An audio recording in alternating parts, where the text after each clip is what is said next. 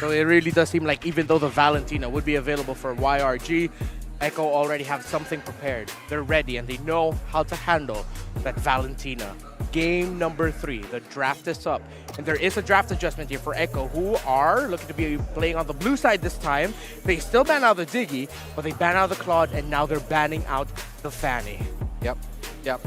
So Valentina is getting banned too by the Udu Red Giant. I think the first pick, Fredrin is still free if they want to use it. I wonder if they want to first pick the Farsa because not a lot of options open anymore. Oh yeah, for the mid lane. Yeah. The mid lane, meta hero is like left are Parsha, so maybe they need to pick Wait, the Parsha Uranus first. is open. Oh yeah, Uranus is open over the XP lane. It's a sustainable hero. It can proxy the minion, so it will be a good heroes for Echo. But it's like a keyboy playing with the Angela things because Sanford have a good mechanics, have a good momentum to do the setup, to initiate the team fight. If he used the Uranus, he cannot do it. Yeah, but now looks like they want to pick up the Farsa because not a lot of good mages are up here. And I have a feeling Coach Arcadia saw this happening. Yeah. He forced out all of the other mages, led the Farsa through, but that means you have an answer. So that becomes the question. What's the answer? And at this point, does Gojis wants to pick up the Uranus? The Uranus would be great, but I'd want to see you do Red Giants consider the Edith later on in this game. There is no Diggy to worry about. No, And Uranus Gojis knows how to pop off with that hero. But if ever Wait, Ling Angela? Yep. Ling Angela, Uranus Ling Angela. I want to Uranus, talk Ling about Angela. it. Yeah, the Ling would be a great pickup too. Because Farsha can easily get killed if by Ling, and see, it's Ling and Kaja. Kaja. They take it away from the Yeah. hands of Yaoi. They are anticipating like what kind of any gold laner that Echo gonna use. With Kaja, at least they need to think about the positioning twice Yeah. on the team fights. I'd want to see Echo consider picking up the Arlot now. Actually, I kind of feel if like they- Terizla. Terizla too. Oh yeah, that makes sense. The entries. If ever that's gonna make it make the life of the Farsa a bit easier. They can save the EXP laner later on. They can pick up a jungler right now. Martis, Fredrin might still be available here for Echo. There could be a Fredrin and a marksman. If ever. Okay, Oh, they're Fredrin. going in with the Kufra first. If they want to use Angela, it's the time to pick it. Because if not, I think Echo gonna ban it on the second banning phase. Yeah. Yeah, it's going to be very interesting if Zach does use the Angela in the mid. Uh-huh. But then, I mean, yeah, I'm thinking they need a very tanky EXP. Yeah. I wonder if Edith really can be that. Can be. Oh no, it's still gonna be the Terizla though. Gojis has been tremendous on it so far. That's gonna be the pickup. At the same time, it could mess up the entries of the Kufra. It could give Zyda a difficult time I mean, to again be fair, being able to retry. already quite a beefy front line. Maybe not the best for the Edith. Yeah. Because if you go in and then you don't finish them off by the time your ult finishes, kind of a sitting duck. Yeah. Even considering the Farsa too. Yeah. Because sometimes there'd be Farsa players who really save their ultimates just for when the Edith comes out of the mech. The criminal rat. But yeah. So it's the Fredrin is still versatile. It can be on the XP lane or even the jungler. It depends on Echo what kind of gameplay that they want to use. If they want to fight rocks with rocks, maybe assassins like Lancelot can do. Because Lancelot is a good hero to dive into the back line. So the Udu Red Giant later, the mid lane or even the gold laner need to think about it. Again, I'm just looking at this Farsa. This Farsa is a very, very big problem. I just don't know. Like, we've seen in game number 2 just now, Sakai's was on Farsa duty. Yeah. Right? Make sure that the Farsa doesn't have a free time. Looks good, sounds good. But sometimes, like, the fact that once Winter Truncheon has been built, there is going to be a factor of you wasting the time of Sakai's. And Sakai's would just be waiting there, really wanting that kill, and then all of a sudden, he gets surrounded by Orcas. So I kind of feel like the idea, maybe they still want to keep up with it, but perhaps it's good if they have a plan B as well. Looking at the Kaja, I don't know if the Kaja will be the plan B. Yeah, the front line here of Yudu might struggle, honestly. Unless Yudu wanna I don't think Super Red or you have it prepared though to give Super Red a non-marksman hero. And I'm not even talking mage. Like I'm guessing 131 would be a great response here to Something Echo. like a Esme side lane. Yeah, Esme side lane, Yeah. Bane side lane, but I'm not sure if Red Giants have that prepared for them. Because if ever that does happen, I mean, again, with lineups where you have Ling as your jungle, and then you have 2 fighters in both side lanes, that just makes the Ling your quote-unquote marksman because it is like basic attack-based anyway, and you'll have someone to break it. So no DPS at all. And with Kaja and Ling, I think Yudo Red Giant gonna play very aggressively during the in-game. They try to do the pick-off game. Yeah. It can be that they do the mirroring movement from the Echo. Like if Echo just started to do the turtle, they will aim for the gold lane. I think that's the best option using the Ling and Kaja ability. Oh, good read here by Echo to take out the 1-1. But the Angela that you guys have been mentioning is very open here. If ever this Angela gets picked up, I wonder if Sanford will consider picking up the Esme for him in the XP lane. Oh, I'm thinking about Angela mid lane, but they lack of the magic damage, right? Yeah. What about the Super Red using Harriet as the gold laner? Already taken out. Oh, yeah. It's already banned out here. Might be a Melissa even. Oh, no, but yeah, up against Barca. Farsa. Yeah. Are you willing to Leslie or no? Novaria. Okay, so they have their magic damage. But still, you know, Novaria is a coin flip. If you hit your Astral Spheres, it looks great. Yeah. If you don't, then you might even forget that there's a Novaria in the game. Exactly.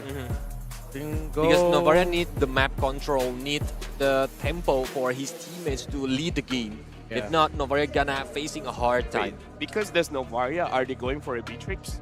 Making it easy for Super Red to hit the sniper shots? Yeah, that's a Right? possibility. Could be a Beatrix last pick. So it'll be up to Echo to decide whether they're going to pick up the Oh, Beatrix or no, the... they need a Beatrix. Do you want to know why? Wait. Where's the high ground? Ah, that's true. Yeah, they need that really good wave clear. Echo should take it away at this point. And Good they read. took it away. And the Yuzhong still. Okay.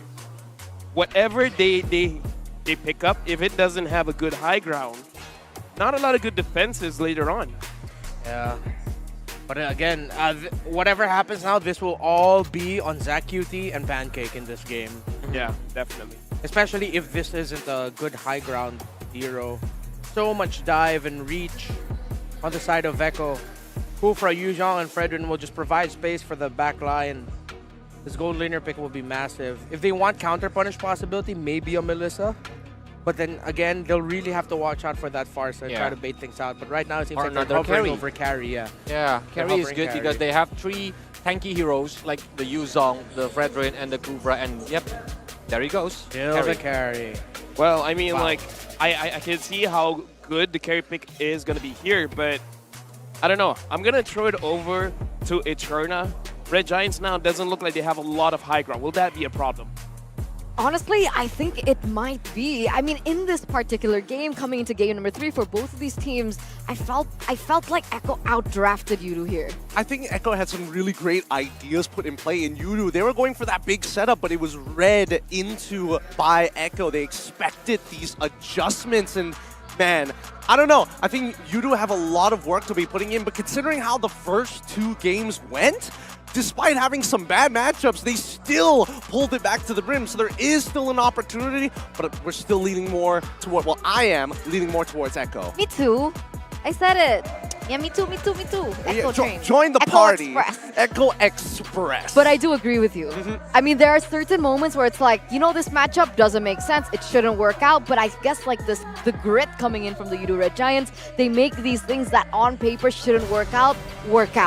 But ladies and gentlemen, remember the stakes are super, super duper high, if not the final boss fight here for both of these teams, because whoever loses this one is going to have to go home and their tournament lives end here. And with that, let's welcome you to the 3rd game of this best of 3, back to a best of 1, Echo and the Yudu Red Giants. Get ready for the death match here between these 2 teams. Only one of them is going to make it through and the other goes home. Is it going to be Echo or is it going to be the Red Giants? In the meantime, at least we can talk about this jungle matchup because this time round, Skies, he's not going for those utility jungles throughout these past few games. All he's been doing is making sure that he is being a deadly assassin. It looks like they went for a double EXP start here, with the EXP laners and as well as the mid laners actually rushing for level 2. Yeah, and I believe that that's kind of his style, right? As you were talking about Sakai's, the fact that he has that extra when he goes in for the assassins, but Pancake... He manages to flicker on the opposite side of the bouncing ball, which is really good. At the very least, he's not going to give first blood over. He's not going to need his flicker anytime soon until level 4, but that's going to happen in a while. And so does level 4 for all the other teams and the players as well, right? You can see Sanji here needs that level 4 as soon as possible, already trying to go through that EXP lane. Meanwhile, yep, the gank on top side towards Sampras. The shot residue has been proc. The execute is going to guarantee this kill. Gojes finds first blood. so in this instant, now we already see a shift in focus coming in from the Udo Red Giants. They understood that Sanford was a huge issue in game number 2, and so they're trying to prioritize that lane definitely for Gojes to pop off. And, you know, the gold lane, they're just having their good time, you know, that 1v1 situation going through, especially now that the turtle is going to spawn top side. Not too much focus on them just yet. Yep, both supports are trying to rush their level 4 as well. It's really important that they actually hit it this time, but I don't think Udo Red Giants really want to posture themselves for this first turtle. Maybe in the coming times, sure, but for now, it doesn't really matter. Echo's level 4 is way stronger. It looks like he gets on top of Zach QT. He might actually guarantee the kill! With a shot residue, Sanford finds it. That's what I was so concerned about for the Udo Red Giants, the fact that they went for a really strong backline in Zach QT.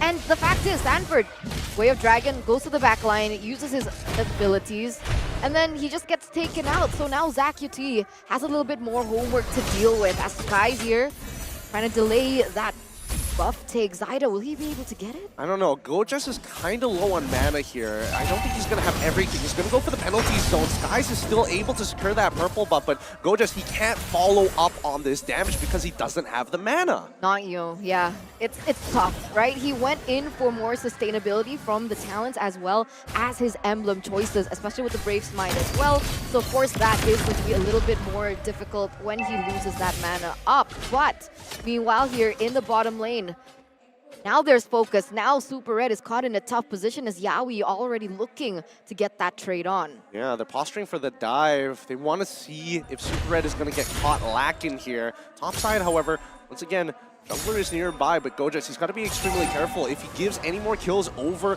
to Sanford, he might not be able to play the game for at least 8 minutes or so. But for now, we're seeing that the map is being opened up by Zach QT. They don't want to sacrifice members. They'd rather cooldowns for the time being. But remember, if we take a look at the disparity in that gold lane, Super Red is pretty behind all of the Beatrix, who just needs 1 or 2 items to be able to dish out the damage and come online.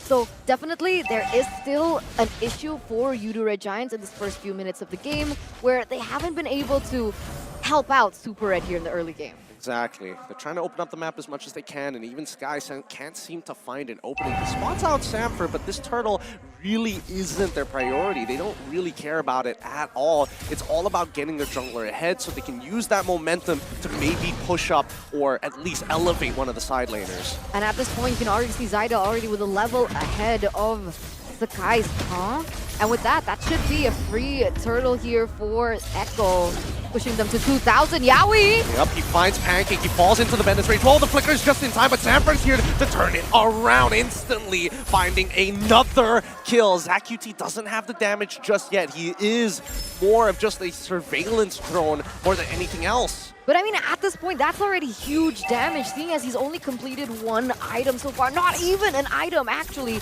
Only the Elegant Gem. And with this, Echo, they're still going to be able to take that turret. Oh, Gojes says otherwise. Oh, he gets 2 flickers out of it as he tries to protect this tier 1. It should fall regardless to outplay when he switches back over to Renner. But in the meantime, look at Skies as he is in the middle of that purple buff. Blade of Tempest is already out. Is he going to try and outplay? he tries, but he's able to posture himself in a way to get himself out of there, minimizing his damage. 2,400 gold lead for the Orcas for now. Zyda, though, 3v1. Well, Divine Judgment on towards Zyda's side. Feathered Airstrike is out of range, and Zach QT finds the Astrosphere to take him out. That's a good trade here for the Yudu Red Giants. Oh, no! Oh, no! Pancake, he's locked down, no means of escape. Yaoi finding the trade kill back. Just I was about to say that would have been a good trade for Yudu Red Giants. Here comes Yaoi saying, no, Eterna, be quiet. Let me do my thing. And there he gets a pick on to Pancake. So, man, it looks like Echo looking for more here in this mid side. Oh, the timing could not have been worse. Yaoi was charging up. Skies put low. Is he going down? Sapphire tries. Skies able to get his ult off to dodge it. Oh my goodness. Too close for comfort. Feathered Airstrike onto Pancake's side again, forcing out the conceal. Man, Echo, the Express is here. Tickets, please. Yeah, the ticking time bomb as well for the side of Yudu Red Giants. They're eels for now, but will they be able to slither their way out? Especially now that Echo, they're building onto their items a lot more. That damage, that possibility, that I would say that luck coming in. It's not gonna go as well coming into the 7th minute of the game. Sanford just opening up that ultimate to open up vision. And that's it, another turtle for Echo in the 7th minute of the game. This is rough because Outplayed is 2 levels ahead of Super Red, and the gold lead is actually quite substantial here. 3K as they continue to start pressing their advantages. Sanford, he's looking to get as much damage on that top side and break this tier 1. And Gojas, he's trying his best, but he's getting locked down time after time. Skies tries his absolute best. He manages to find 1 kill and protect the tier 1. Sorry, it was Skies, not Gojas. All right, but here we go. Yaoi already going for a charge. ZachQT sees him in that bush, denies that away. But despite that 3,000 gold coming in from Echo, look at the level difference between the junglers. Barely nothing. Barely nothing. So at least somebody's having a good time for the side of Yudu Red Giants. I can't say for everybody, but they open up the map once again. Astral Echo spots out both Outplayed and as well as Yaoi. Echo is playing very much 3 and 2, right? They have the death trap of Outplayed and as well as Yaoi hiding in bushes, playing guerrilla warfare. But at the same time, if anybody gets locked down by Zyda, Sanji is ready to respond. And this is what makes ZachQT even more valuable here. Sure, a very vulnerable target towards a dive coming in from Echo, but if they're able to time it properly, the fact that ZachQT can actually see these plays coming in from Echo is huge. They will be able to take this tier 1. Smart ideas from the side of Yudu Red Giants, who can play 4 and 1 with the high mobility of this lane. I thought Outplay was gonna go for a steal over there on towards the buff. I was like waiting for it. Yaoi even charging there, just giving his cup of tea. But right now, 1,900 gold lead. Pancake! Divine Judgment on towards Zyda's side. Penalty zone to make sure that Zyda doesn't have any opportunities. Super Red needs to get out of there, but Sanford says no! He fights it instantaneously, gets the kill, and walks away as the tier 1 on top side breaks open with the help of Outplayed. Look at that damage. 4,700. Oh, Yaoi tries, locks down Gojas, and they find another one for Outplayed. He gets his Malefic Roar off of that from 4,000 to 5,000, almost breaking 6. Sanford, he's not stopping. No, he isn't, and that's what happens when you give Sanford a playmaking hero. Uranus, not the best fit for him, but give him something like the Yuzong, and he's able to perform. 3-2-1 so far. I feel the KDA doesn't reflect his impact, as it looks like Echo, they want to collapse on this next lore. It's Sakai's looking for that 50-50. Could be tough. Oh, Yaoi actually knocking Skies off from the ledge. He's so low, but he still makes the attempt. But the Lord is already taken away by Sanford. Pancake unable to do anything about it and sacrificing his life just to open a window for Skies. Oh, Yaoi.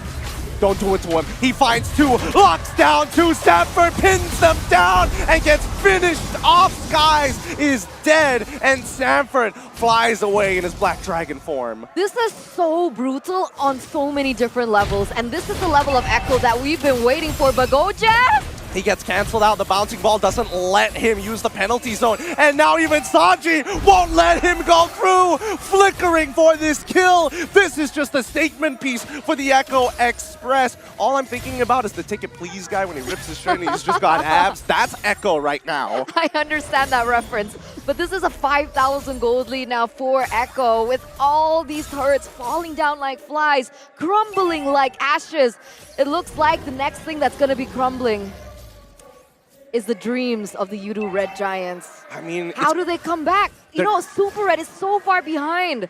Gideon, he only has the Corrosion and the Golden Staff. I mean, they're going to have to try. Pancake is going to pull one in, and they find Sanji. It's a good target. They trade it, and it's trading upwards. Very, very nice catch there by Gojas and as well as Pancake. But Yaoi finds Pancake and replies instantaneously. You don't get to take one for free. Oh, but Zach QT won't let him go either. And that's a 2-for-2 trade. A mid laner for the EXP laner, however, that's the main difference. But Stanford, no way, come on, that's a Ling. You're a Yuzong. That's not supposed to be possible. But here we are in the 11th minute of the game. It seems like Echo still has more of the pressure, but finally Super Red picks up that DHS. And we're gonna see a little bit more impact from this man. Yeah, oh my god. But look at the comparison! That's so much gold for Outplayed. Like, yes, his items are more expensive, but when you have a 2.6k lead, that's just chump change at that point. And even Sanford with a 1.6k lead on his side, with the Oracle already completed, he is so tanky when he procs that shot residue. Well, I mean, at this point, if he's going for that, now the carry is there, especially that the DHS is already built up as well. So, Sanford needs to be more careful when he goes in for these engages. Yaoi needs to be able to utilize his kit to take down Super Red, and then the follow-up happens. Otherwise, then that would just be Super Red free hitting from the back, and Sanford would just melt away. Yeah, and right now, Yudu Red Giants, if there's any way for them to defend, it's just utilizing the mobility of Skies, because he's the only person who can actually do it. Now, they're trying to deny him that purple buff, as Skies doesn't even secure it for himself. No purple buff. With no purple. Zyda, yeah. Wait, did he use Retribution for that? Yes, he did use Retribution for that. So now they're just going to wait it out, right? 25 seconds, hold on to the Lord. No big deal. Or Yudu Red Giants goes for the Lord. Let's find out, because Echo, they're all positioning around that purple buff. They expect Skies to show up. This could be a death trap. Oh no, they're reading his rotations. Look at them collapsing there in the mid. Yeah. Oh, Skies gets out. I mean, the Divine Judgment has been used. Sanford was in the Black Dragon, channeled his Black Dragon form just in time. When you're in the Black Dragon form, it's not like you can move around while you are CC, but still, at the very least, you close the distance. That's going to be a free Lord for the side of Echo, and that's going to be a Winter Truncheon for Sanji. So there's a little bit more outplay that Sanji can utilize in these team fights, which makes their just attack and their aggression a lot more scarier. We saw in that previous game what the Winter Truncheon was able to buy, a lot of outplays and as well as a lot of miscalculations. Sakai's at least is able to secure that orange buff away, but look at Yaoi charging again. No, not like this. Yudu Red Giants are starting to pick up on the habits of how fast Echo is willing to play and how aggressively they're willing to play. They use the Magic Sentry to open up the map down by bot side just to get a rough idea of what is safe and what is not. So what can the Yudu Red Giants do at this point? Utilize the lane to go for... Whoa. Man, Yaoi already looking for the next victim here. That Feather Airstrike is good, but look at Pancake right now. Look at where he's positioning himself. Gojas, he could look to turn. The mid inhibitor is already down. They find the initial suppression on towards Sanford's side. They're trying to take him out before he even has the opportunity. Super Red gets pulled back into Nibiru's passion. The penalty zone, not good enough. And this might just be it as Outplay tries his best. Maniac, make it a savage. No, he's so close to it. Outplayed, he wants it. He's sniping for him.